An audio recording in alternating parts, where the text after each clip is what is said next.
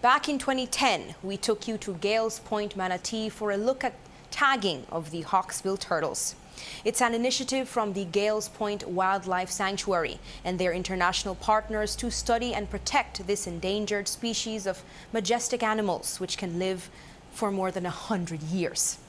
Well, the sanctuary has been quietly doing their work of monitoring the turtles, and today they invited us back to see the progress they've been making. We got a chance to meet Miko, the latest wild turtle captured in Belizean waters. And Daniel Ortiz reports. This device is a GPS tag used by scientists to track the migratory patterns of animals, and in this case, an endangered turtle species. Here on the beaches of Gales Point, Manatee, the turtles come very often to nest, and that's where the Belizean and American conservationists caught this female hawksbill. She's being fitted with the tag, which will transmit data for 2 years on her location as she travels the seas, carrying on with her very long life. That's impressive, seeing as we're in the village and not even our BTL phones can get a signal, but this transmitter does just fine. The experts explain that there's no place too remote for the tracker to uplink the turtle's location data. We are using a different tag this year. This is the first time I get to see these tags. Normally we use a bigger tag, but now we break down the size of the tags. It's a little bit more aerodynamic. It'll swim through the water easier on the turtle's back, and it's got some nice bumpers on it, so when the turtle is bumping up against coral, it doesn't wear off the antenna. And so we'll keep a signal, and hopefully we'll get a signal for 2 full years. And so we're hoping that we get that extended time this year. The only time that the tag is actually turned on is when there's 2 little switches on the top, and then when the salt water breaks, and that is it dries, when the animal surfaces to breathe, it spits out information to the satellites around. It grabs a satellite tag and transmits that information quickly to the sky, and hopefully that uses just a very, very small amount of battery, and then the turtle goes back underneath the water. Dr. Todd Rimkus, who's been at this for 10 years now, brought down a few of his American undergraduate students with him. They were excited to catch the turtle a little before midnight last night. Everyone's sleeping on the beach, and we hear the radio, and we get a call. And it's someone shouting and shouting, and we couldn't hear. And then he said, "We got one! We got one!" So everyone, in a panic, grabs all of their stuff and runs all the way over. And we see the turtle, and Nico, Dimitri, and Pitchy have it flipped over, and we were just completely ecstatic to finally just to have one on the first day, within 24 hours of being in Belize.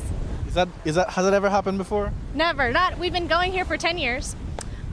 Dr. Rimkus is our professor. I think last year they found it on the last day. It's about so halfway into his life. Probably have about around 80 to 90 pounds, you know. So she's still a young female at yet, but at no older than us, because I would say have something was around 60 to 70 years, could be. So what's the importance of this type of work? The main objective of turtle tagging is to study their migration pattern. And by studying migration pattern, we know exactly how far they go if they go to other country. Reason for that, if a turtle go out in our country and go across in another person's country where they're not protected, and that turtle might be eat, someone eat that turtle, it won't return back to the beach. And if that continue happen, sooner or later they will go to extinction. Then sooner or later I will only tell my children we used to have turtle, like we used to have dinosaurs, and they will not know what is a turtle.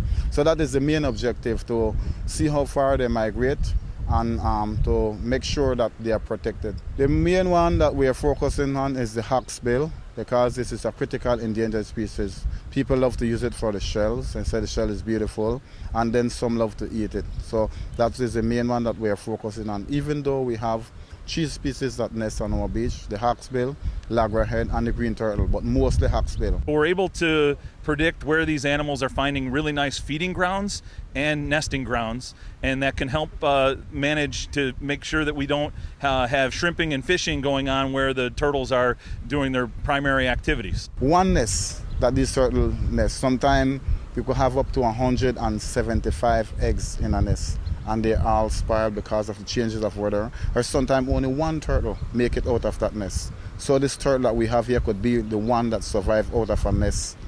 And you see, you have to travel all, and it's still endangered all the life. Belize having satellite tags out is tremendous for the country itself, and it also is going to help protect the species and bring up the notoriety and importance of these endangered animals to the country and to the world, and showing the world how Belize has such a great nesting population and is doing a lot to help protect their animals. After detaining the turtle for another 2 hours, so that the adhesive for the tag could harden, Miko, as she's been named, crawled as fast as she could down the beach, obviously relieved to be free. She immediately disappeared under the sea. Where she will go, no one knows. But Dr. Rimkus and his students will be tracking her movements over the next 24 months, tagging along on her voyages in a manner of speaking.